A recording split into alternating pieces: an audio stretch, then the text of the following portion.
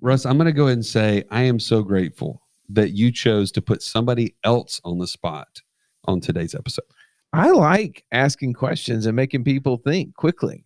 And you know me, Joey, I love coming up with ideas. And as we were interviewing Brian Ellwood today with 12 Houses to Freedom, the podcast that shows you how to create passive income, I love that he, one, was okay with me asking. Yeah, he was. And also, I feel like he gave us pretty good feedback. And I don't know if we can implement this idea or not, but if you're looking for ways to create income for yourself, maybe passion income is which he talked about, which is really pursuing something that you're super interested in. Or if you're someone with cash and you need to find a partner to help you implement it, that was the purpose of me asking all of those questions. Yeah, I love the fact that he kind of dethroned you a little bit in this episode. Like he was the idea guy this time. He really Are you okay with that, by the way? Look, hey, this is a little bit like Mike Tyson, right? Nobody saw Buster Douglas taking him down. It happened though. And you don't know how to act until you get punched in the face. So look, I'm coming back with more ideas, but today Brian brought up a concept that I thought was really important. We were discussing on his podcast about the importance of getting our time back and how do we get there? What's the vehicle to get there? And there's all these different passive income streams that we can build and plans and process we can put in place. And he hit us, Joey, with a different thought. If time is our most valuable asset, how are we tracking it? Exactly. You track the things that are most important to you. And if you don't pay attention to it, it'll get away from you. In fact, I love how we even led into the fact that as entrepreneurs, we can start off with one goal in mind and look up 2, 3, 5, 10 years later and realize we're completely opposite of where we started. Well, one of the things that he brought up in this episode that we're going to add to our future passive income reports is a time report. And so I'm going to challenge you right now. If you're keeping up with your passive income, also keep up with your time. Track how much time are you spending working? How much time are you spending playing and doing the things that you want to do? And how much are you spending creating businesses and other things to create passive income? And lastly, Joey, how much time are you spending aloof? Yeah, wasting time. I think if we would track those things, not only would we see, are we getting closer to our goal of spending more time playing and enjoying the things that we love in life, but we also will actually get there faster. So let's jump into this episode with Brian Ellwood.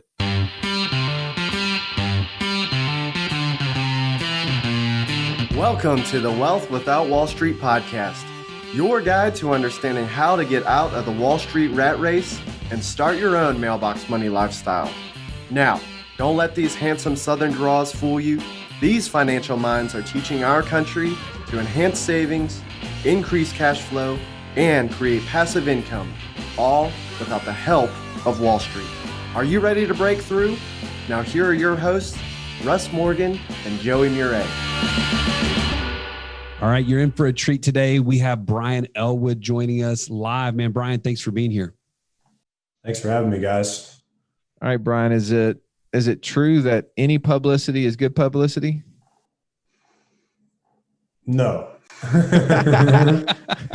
Well, I mean, as we were talking before we started recording, you mentioned, and if you don't mind, let's bring our audience into that conversation. Let's go back 7-8 years ago. You're in Nashville and you walk outside and there's a camera crew in your front yard. Let's talk about that. What was going on? Yeah. So, I had built a pretty big wholesaling and flipping real estate business, and we're doing, 100 deals a year. And some person had called the local news and said, these people are not doing business the right way, or that someone's opinion. And the local news basically showed up at my house because my name was on the LLC, and just surprised the hell out of me and asked me 20 questions about our business and what we were doing. And, we were one of probably, several hundred companies doing the same thing in our area, but we got picked to be on the nightly news about it. And man, it sucked. It's just, it emotionally like messed me up for some reason. Cause I just thought like everyone was going to think I was like some kind of scam artist or whatever. And I was really just doing what, I bought a real estate course that taught me how to go get a property under contract and assign it to someone else for a fee. And I got really good at it and built a big business around it. And, so, I mean, they asked us a bunch of questions. I didn't answer any of them. I just like did the whole walk off thing, the perp walk. It's like, this guy's obviously hiding something because he won't even talk to us. But I just didn't know, like, I was just, like dumbfounded. And that was a big turning point in my career and me getting more clear on what I wanted and not just like going after money at the sake of lifestyle or anything else. So definitely a turning point in my career. Well, you mentioned wholesaling, and our audience have heard that term, but maybe somebody's listening to this for the first time and they're like, I don't even understand what that is. So if it's all right, let's kind of go back and figure out how you led up to that point. How did you mentioned that, you started doing real estate and you got super successful in it, but there was this thing called wholesaling where you had to learn how to do this. Do you mind taking this through that elementary part, just so that way, if there's somebody listening that never heard that, I don't want them to leave them behind. Yeah. So do you want like the whole backstory or just wholesaling specifically? Yeah. Give me, just the good part. Yeah. So I started out in, 9 to 5, typical corporate America grind. I was extremely unhappy there, actually to the point of feeling depressed pretty often and just being sick to my stomach about the thought of going and sitting at that cubicle for another day from 9 to 5. And so I quit the job and went and worked at a local grocery store, like up the street from my house, making $8-9 an hour, because I just needed like some mental space to think about what I wanted to do. And I needed to preserve some energy to apply towards that. That's when I got into the Rich Dad, Poor Dad books. I met a mentor who flipped houses and he taught me to go out and find deals. Then I came across this educator that taught wholesaling, which is basically go out and find a deal. You just get it under contract, like as if you were going to buy it, but then you just find someone else to buy it and you assign your position on the contract over to them for an assignment fee. Usually 10, 15 grand is like a lot of the assignment fees we were making. So it's like pretty good money for the amount of work you do, right? You just like, hey, I'll buy your house for 60. And then if you can go find someone who'll pay 70 for it, you assign your position to them. You make 10 at the closing. So that's wholesaling. And I started out with that.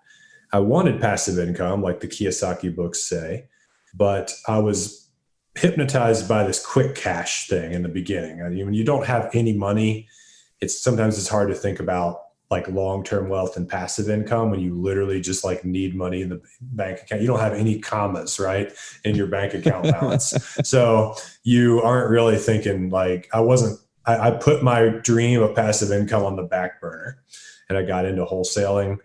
I scaled that business to where we had, a team of about 10 doing like 1 to 1.5 million a year in revenue, which is about 100 deals, a little more some years. We were at that run rate for about 4 years.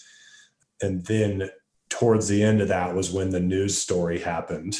And I wasn't happy anyways. Yes, I was making good money, like on my taxable income, but I wasn't keeping any of it.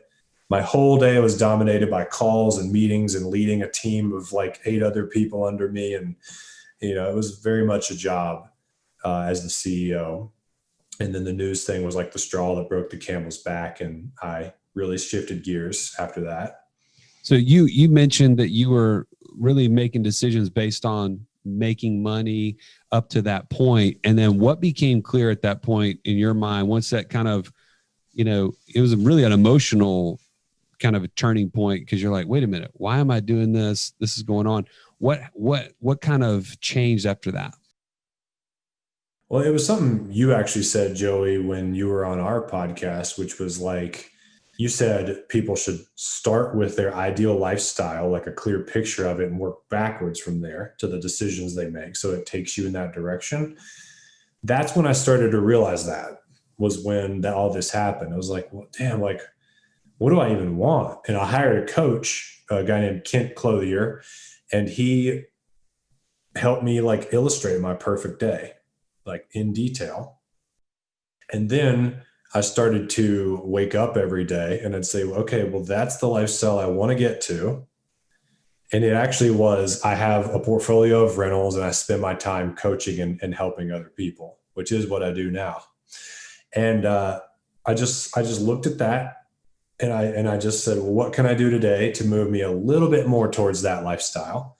And I would do something for like 20 or 30 minutes. And then I would run out of time and I had to go run the wholesaling business again. But I was at least chipping away at what I really wanted. And that was a turning point for me. Well, so what you're talking about is clarity, which we always talk about on our show as the very first step, because some people really want to engage with us or others about what the investment is, like the vehicle, before they even know where they're headed. It's backwards. But like to your point, once you had that picture, which by the way, I want to get your expertise on this, because there's somebody listening right now who doesn't have the courage to write out what that ideal day looks like, because they know it's so different than what their life looks like right now. Like they're stuck in that position that you mentioned. They're driving to work and they're sick to their stomach. They know that last week they missed an opportunity to go coach their kids' baseball team or soccer team or whatever it may be because they were stuck at work, and they don't feel like the ideal day is even possible.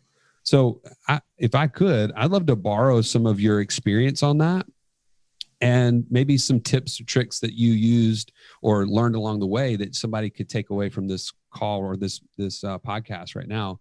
What would you tell that person? It's a good question, man. I had to think about that for a second when you asked it, because when I first did this, the version that I created was ridiculous. It's like, I want to own like a private island and like 4,000 rental units. And, I made up these numbers because I was told you got to have the vision. I was like, well, if I can have anything, I might as well, have 10 houses like, that I live in. But where was that's kind of silly. Where I don't know. Somewhere tropical. Okay, cool. Turks and Caicos. I'm not sure really. But but that is like, I don't know. You guys probably have goals and things for every year. Have you ever written a goal and you made it so big that it didn't feel like obtainable, or you didn't feel like you could really relate with it? Yeah. Right. Like, when people want to get fit or something and they want to start running, they put these unreasonable goals on themselves. Like, all right, I haven't been doing anything. I'm going to start running 5 miles a day. That is like way too hard. You should run. One of my buddies is like really good at this. And we had a buddy who was overweight, needed to get in shape. He was like, dude, just go out the front door and run to the next mailbox and back. And that's your run for the day. Yeah. And then tomorrow you got to run to 2 mailboxes. And the next day you got to run 3 mailboxes. Right. It's like and that's such an approach. That's like overly approachable, where it's just like, okay, I can run to the neighbor's mailbox and back, So I would say, don't make your ideal day this ridiculous thing where you have like 10 Lamborghinis and stuff. Is that really what you want? Right. Or do you want to just like wake up and be able to like spend your time doing what you please? I've talked to so many people. I've worked with hundreds of clients at this point. Most people could actually live their perfect lifestyle for $5,000 a month or something, if you really boil down what it takes to like pay their mortgage or pay their rent plus groceries. And, most people don't really want stuff or great wealth. They just want time. And so start small. A great coaching question to ask yourself is not like, I can't do this. I can't create my ideal life. But instead, like, what would it need to look like for me to be comfortable to move forward in that direction? So for you, what would that need to look like? I coached a guy who was terrified to buy a rental property. He just would not do it. And I was like, what would it need to look like for you to do this? He's like, man, well, if I could like partner with somebody. So he ends up like partnering with his brother, and they bought the first rental together. And for some reason, he needed mentally to have a partner to jump off the diving board, so to speak, into the pool. And now he's got 10 rentals, and he doesn't need his brother there anymore. So just make it however you need to make it to be able to move forward. You don't have to copy me or anybody else. All right. By the way, Joey, can you send Joey the tips on that running to the mailbox and back? If there's like that progression, he could use that. I'm just worried about the guy that lives in the country. He's like, dude, you know how far the next mailbox? Oh, that's a good point. Yeah, this is only for like urban areas. Yeah. If you live in like a condo or apartment complex, that's pretty awesome. Like, like run like a half a step, like in back. That's the kind of running I do. When the whistle quit blowing, I quit running. All right. So I have another idea. Joey, I shared this with you earlier. I want to run this by Brian. You good with this? I have no idea, but I'm. So what you just said, though, made me think of it. You were talking about the person who was partnering with someone else and getting up to speed to a point that they were comfortable and confident to keep going. Well, what we find in our community is we have two groups of people. One group is in a job that they really hate and they want to get out of. And maybe it's because it's a limit to how much income they can make. And they see people who are, they just heard what you said. Oh, wow. Wholesaling, making $10,000 for finding a property, then turning around and assigning that property to someone else. How many of those could you do in a month? If I did one, that's still more than I'm making a month in my current job. That's interesting, right? And they think about that. Well, then on the other end of the spectrum is people who have more money than they have time. And they're looking to try to create mailbox money. They want to get in partnerships with people, get their money to work and start creating cash flow.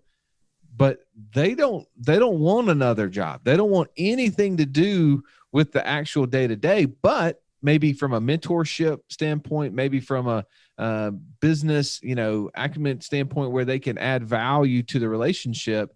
And so I would love to know, like, how can we partner those people together? How can we help both of those groups get exactly out of the relationship what they want? And it may not be a long-term relationship. Maybe it's a 1, 2, 3 year deal.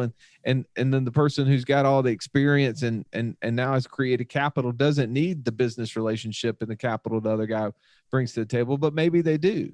Have you ever considered like that option as you're coaching students on how to actually perform real estate deals, go buy properties, maybe do wholesaling, maybe do long-term rental or other methods with it? Have you ever thought about how you might partner those people together? If not, let's work on it today.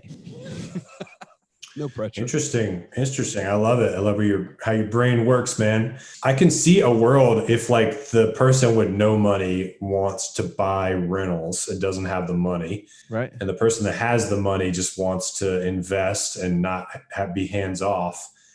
Then the investor could be the private money lender for the broke person to buy deals.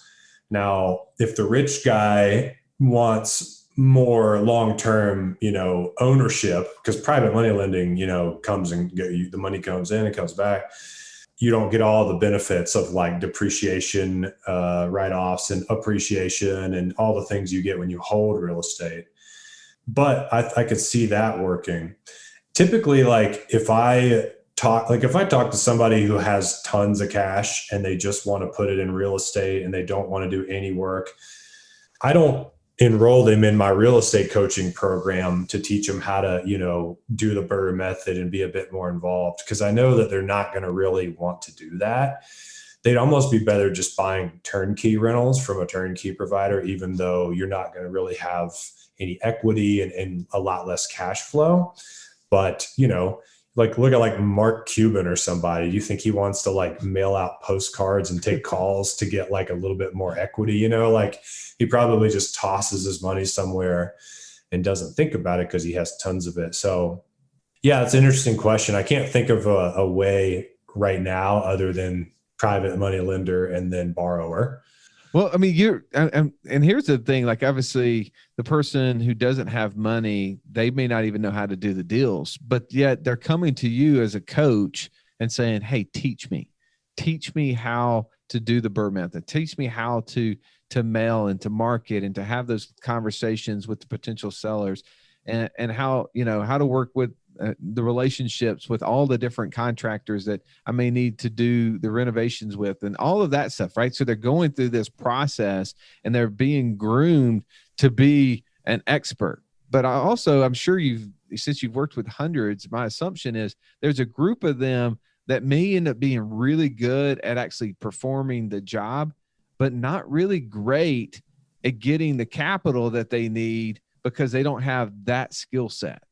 And so, like you said, there could be private lenders, but I'm thinking, what if it was a business relationship? Maybe that person partnered with them on the front end to help pay for some of the school that they were getting. Obviously, to me, it's not just education, it's doing deals with the coach to learn actually how to do it. So they got to have money. Where are they going to get that money? That's where that equity relationship would come in, and there's value there. Could you see something like that working, or am I stretching too far? Well, if you think about the difference between like the wealthy person just throwing money into turnkeys, you're going to buy a house for like, let's say 90 grand and it's going to rent for 900 a month and it's going to be worth 90 grand. So there's like 5K or no equity and maybe $100 a month in passive income. Right. But it's like renovated turnkey. It's under good management. You could just, if you had a ton of money, you could buy a bunch of them. That's like what the wealthy person would do without a partner. Okay. Mm-hmm. Now, if he brings that poor guy in who wants to invest, willing to put in all the hustle, you probably end up buying the same deal for like 50,000 and putting, let's say, 15 grand into the repairs. So you're in it for 65 and it still rents for 900. It's still worth 90,000. So now you've got 25,000 of equity and probably about $300 a month of net positive cash flow. Right. So that's the difference between the two scenarios, like buying turnkey versus doing Burr on your own. Right. So whether or not that difference would be worth it to the guy with money would be up to him or her, I think. Yeah. On whether or not they wanted to have like a partnership where now they have half of that equity and half of that extra cash flow. I don't know. I think if I had the money and no time and no interest, I would probably not want to partner with someone who was brand new and like, pay for their learning experiences, like with my money, as I screwed some things up. I'd probably rather rethink it, but I see why you're asking this, because there's some world where that could possibly work. Well, there's nothing like putting somebody completely on the spot on our podcast. I appreciate Russ for that. It's one of his gifts. He does it to me. I'm glad he picked you this time instead of me. But yeah, so Brian, tell us a little bit about how you have subsequently grown to where you're at now and what the future looks like for you. Like where are you headed at this point? Sure, man. So one thing I realized that I want to share with your audience is like, I had this belief in my head that was like, okay, you want to coach, teach, help other people in some way. I've known this about myself since I was in grade school. I wanted to teach the class. Like I thought I could do better than the teacher. I was like, I want to be up there. I love teaching. And I went to college to be a professor. And then I like changed my mind like halfway through because I realized that was not going to be any fun. And so then I went down this path of like, well, if you get total financial freedom, you got to have all your bills covered by passive income. Then you'll be able to do what you finally want to do, which is teach and coach and help other people. And so I did that. I got all passive income, got a few dozen rentals, like pay the bills, started coaching people. And like my coaching business within a short period of time was making 6 figures a year. And I was like, damn, like this is like, I could have used this to pay my bills too, because there's one thing called passive income that comes from rentals, but there's another thing called passion income that comes from doing what you love, doing what you would do even if you had all the money in the world anyways. I don't care. You got $100 million in the bank. I would wake up and teach and coach and help people anyways, right? I just enjoy doing it the same way people like video games. Like it's fun to me, right?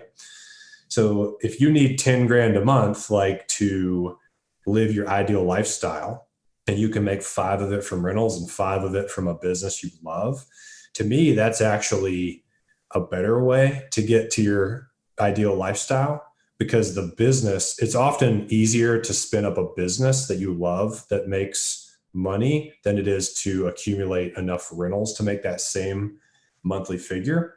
And so now what I'm doing is I'm helping people start businesses that they love, specifically like coaching or client-based businesses. If you want to help someone, you have a message to spread to the world, and then helping them get those businesses up to doing, healthy 6-figure revenue. Then I'll show them how to put it in real estate to preserve it. And that's what I'm really excited about right now. Okay. This is awesome. Passion income. I've never heard that term. So tell me this though, someone's listened to you and they say, I don't really know what that looks like. What would be some tips that you would give that person to say, how do I really dial that in? I've never owned a business and I don't know what my passion job would be, my passion income would be, what source. What would you tell that person as far as a process to get to that point? Man, that's a great question. I struggle with this too. And it's funny to think because I'm so passionate about a lot of things. It's funny that I couldn't figure out what I was passionate about at one time. So I realized that this is a real struggle for people.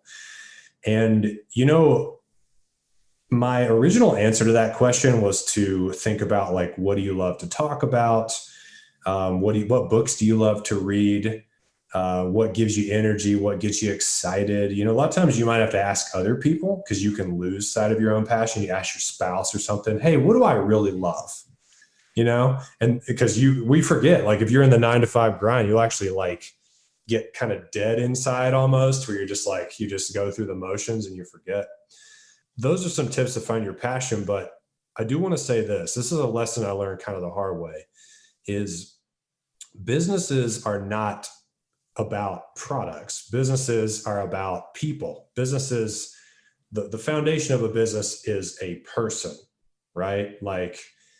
So if you want to change the world, the first question you ask is, who do I want to help? And you fall in love with your prospects, not your products. And so for me, originally, I wanted to help 25-year-old Brian get out of the 9-to-5 and, get his time back. And I did that for a while. But now I'm more called to help people who want to change the world. People have a big mission. They're passionate. Guys like you, you're sitting here, Wealth Without Wall Street. You built a studio to do this podcast because you have a message you want to share with the world. I think that's freaking awesome. If I lived in Birmingham, we'd probably be good friends and hang out and have beers. It's I like people like yourselves. And so that's what I would start with is who would you want to have a beer with?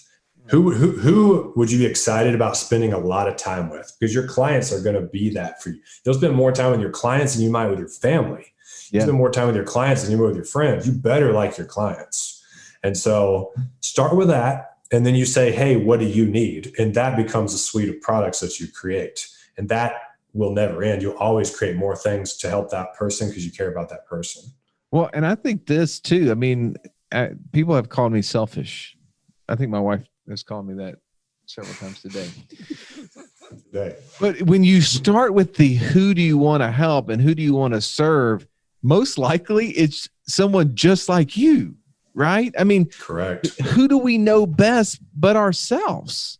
So when you start with, we did this by accident or by providence. It was not because Joey and I really sat down and thought this through, but our client base, who we started serving was ourselves. And we got on the podcast and we started talking about the things we were interested in. And of course that started resonating because the people we would already who are already clients of ours were like, yes, because they were just like us. And then more and more came, and it was that message. Well, when you know yourself, then you can, like you said, you can create products and solutions toward yourself. So when I start thinking of ideas, I'm like, this is me. I like businesses. I want to be in businesses. That's why I think, well, how can I create another one I don't have to work in, but I own and make money from it? Like, this is a beautiful thing. It creates a business opportunity for someone who maybe would have never been a business owner. Maybe they're scared to take that step out. I mean, right now, Joey and I are hiring people, and one of the last questions we ask them is, what would you do if money wasn't an obstacle? And it's really interesting. That point, people maybe come up with, well, I may start X business, or I do this. And then our follow-up question is, well, how do you feel like our business can help you get to that goal? And they're like, oh, I don't know. But every once in a while, one will catch the light and they'll say, well, being around entrepreneurs like yourself, I think you would help me push over that ledge. You'd help me knock down that last, roadblock or obstacle standing in my way from not doing it. And when we know that about ourselves, we know what our greatest weaknesses are. And so you as a coach, I love that passion income. You as a coach can help people get passionate about what they want. And when you know that you're serving other people who are just like you or very similar to you, then it helps drive them. And I think that's what makes a coach great, is when you help someone get out of themselves what they didn't even know was possible. And that's what that's why I've been a coach to Joey for so long.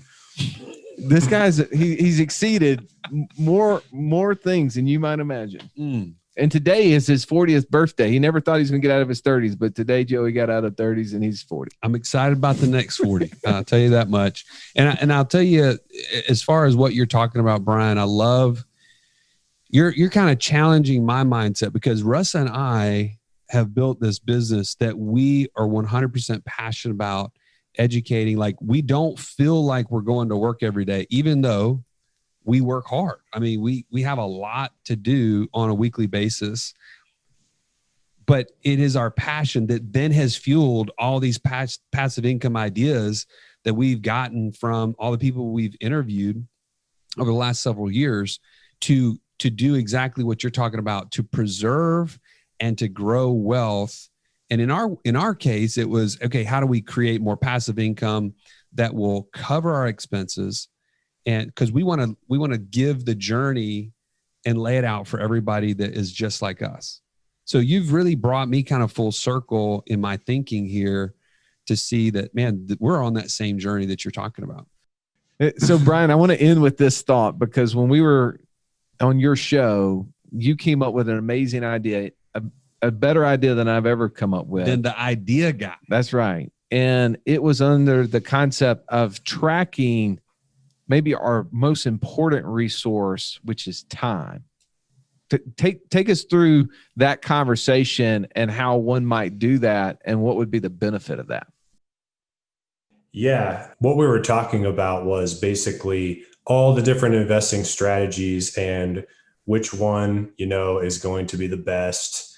And there's a lot of debate among that. And what we boiled it down to is like, well, what's the purpose of investing? What's the purpose of passive income, right? It's to get you time freedom. That's what everyone starts out wanting. That's the reason anyone wants money. It's like, it's this emotional thing like, oh man, if I had money, I would feel so good. I'd feel so at peace. I'd be so relaxed. I'd be able to just like float around, do whatever I want. That's what everybody wants. And so we all track like numbers, like money. How many units do you have? How much money do you make? How much is your net worth?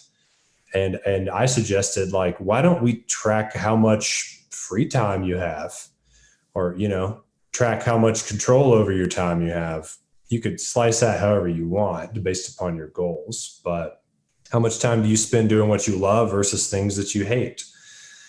If that's really what we're doing this for, then why isn't that being tracked by most people as the true indicator as to whether or not what they're doing is working?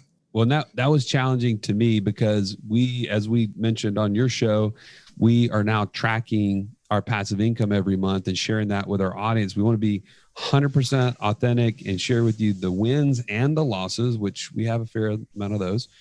But to be able to also track and report on what the whole purpose is, or how much of that time we're buying back, that's huge. Like I really feel like we need to implement this right away. Oh, it's a total game changer. Brian, this is amazing. If someone wanted to get connected with you, they're an entrepreneur and they want to start coaching with you, or they want to learn more about some of the real estate things that you've done in the past, what would be the best way for them to connect? Yeah, I would say just find me on Facebook or Instagram. Just add me on there, shoot me a DM, just tell me your story, and happy to help anybody any way I can. All right. Well, we'll make sure we add Brian's handles inside the show notes. Take advantage of these ideas. Get passionate. Invest in yourself. Start tracking your number one resource, which is time, and break it down. Like Brian said, how much time are you spending working? How much time are you spending playing? How much time are you spending creating new opportunities? And how much time are you spending aloof, checking Facebook or whatever that's not getting you closer? If you're on Brian's Facebook to DM him, that's a different story. But if you're trying to figure out, what Joey's weekend was like, just skip it. Get back to something that's going to be productive. Thank you, Brian, for coming on the show. We love having other entrepreneurs just give us great value, and you did that. Thank you so much. I love what you guys are doing, and thanks for having me on. All right. Thanks as always for listening. We'll catch you next week. Wow. That episode was on fire. No doubt. The way you can continue to gain value from these episodes is when you learn something, you go and share it with somebody else. So today, I want you to share this episode with one person that you know will love it. This has been the Wealth Without Wall Street podcast. Don't forget to subscribe to the show to break free of the Wall Street mindset and begin building wealth on your own terms in places you understand so that your wealth will never run dry.